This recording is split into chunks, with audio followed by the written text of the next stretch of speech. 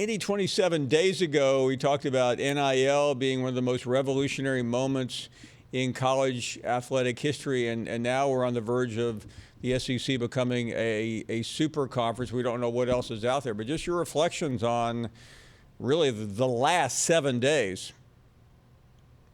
Those days were quaint. And I remember thinking, up until about 6 days ago, that Texas, if you even brought up the idea of playing in the SEC to them, you'd get the, well, I never, and then the person would just faint. That was the attitude toward the SEC from Texas for years and years and years. And then something has changed in the last couple of years where, oh no, they're all on board. They want to come. Oklahoma wants to come. And I mean, it just tells you how much has changed even in the 10 years since the last round of realignment. It's a totally different landscape now. So Andy, I know you've written about mega mergers out there, but give us the lay of the land in terms of college football right now and college athletics, and how you see.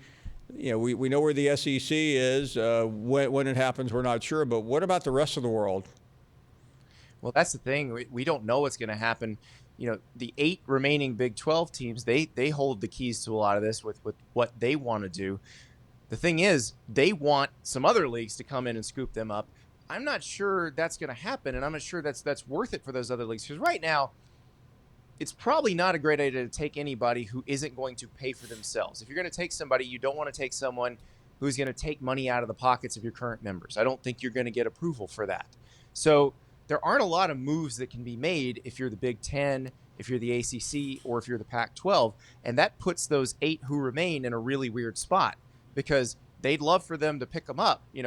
Iowa State and Kansas, they're AAU members. That would fit the academic profile of the Big Ten. Geographically, they'd fit in the Big Ten. Would they pay for themselves in the Big Ten? No, they wouldn't. So why would the Big Ten members want them? And, if the Big Ten wants to, they could just stand pat at 14, make lots of money. Financially, they still compete with the new SEC. So that's not one that really needs to worry, unless they just really want to be competitive on the field and even more competitive on the balance sheet with the new SEC. That's why I wrote they need to take half the Pac-12, because those schools do fit academically. Those are big brands like USC and Oregon and Washington that would pay for themselves. And I think Fox would pay a pretty penny to be the exclusive home of that league, of that enlarged Big Ten, just as the SEC is going to get a lot of money from ESPN, so that ESPN will be the exclusive home of the SEC. That's about the only real big swing I can see. The other big question, Paul, for me, is does the grant of rights in the ACC hold up? It runs with this ESPN contract through 2036, which means those schools should be tied together theoretically until that time. But if anybody wanted to challenge it, would Clemson want to go to the SEC? Would Florida State want to try to go to the SEC? If that thing holds up, I don't know that you see complete rearrangement of everything. If somehow it didn't, then things would get really interesting. Andy, it is great that the SEC is moving toward 16 or toward whatever number we come up with, but ultimately you have to have competition that seemingly equitable to the schools. Now, that's a matter of opinion. So right now, if it ends at 16, let me get back to the SEC, and OU and Texas move into this party a little earlier than expected. What are you hearing in relation to how the competition works? Well, we were hearing that with the 14-team model, they were potentially going to move to pods, that there were a lot of schools within the SEC that wanted to change the scheduling format, because let's be honest, you have situations where teams are playing twice every 10 years. Like, I remember doing a story a couple of years ago when Gus Malzahn was coaching Auburn. He'd been in the league 13 years and he'd never coached in Gainesville until that year. Like, that's just weird. It shouldn't be like that. And so I think they were already moving towards something different.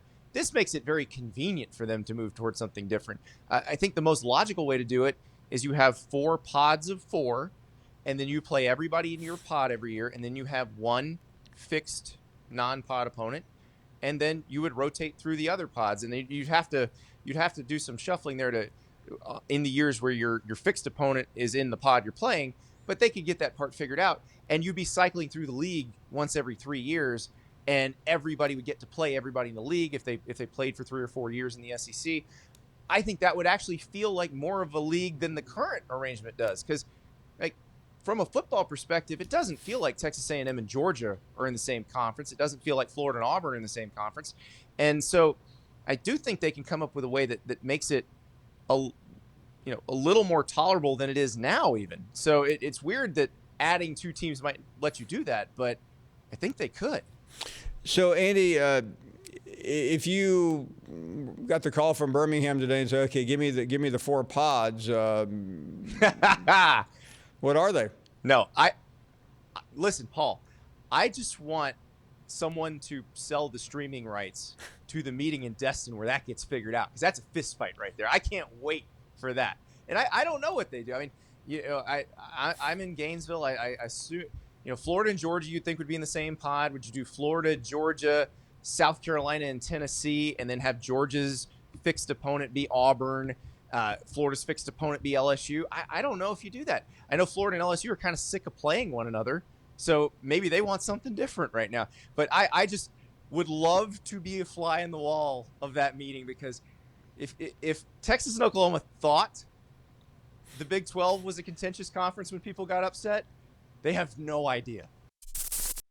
Thanks for watching ESPN on YouTube. For live streaming sports and premium content, subscribe to ESPN+.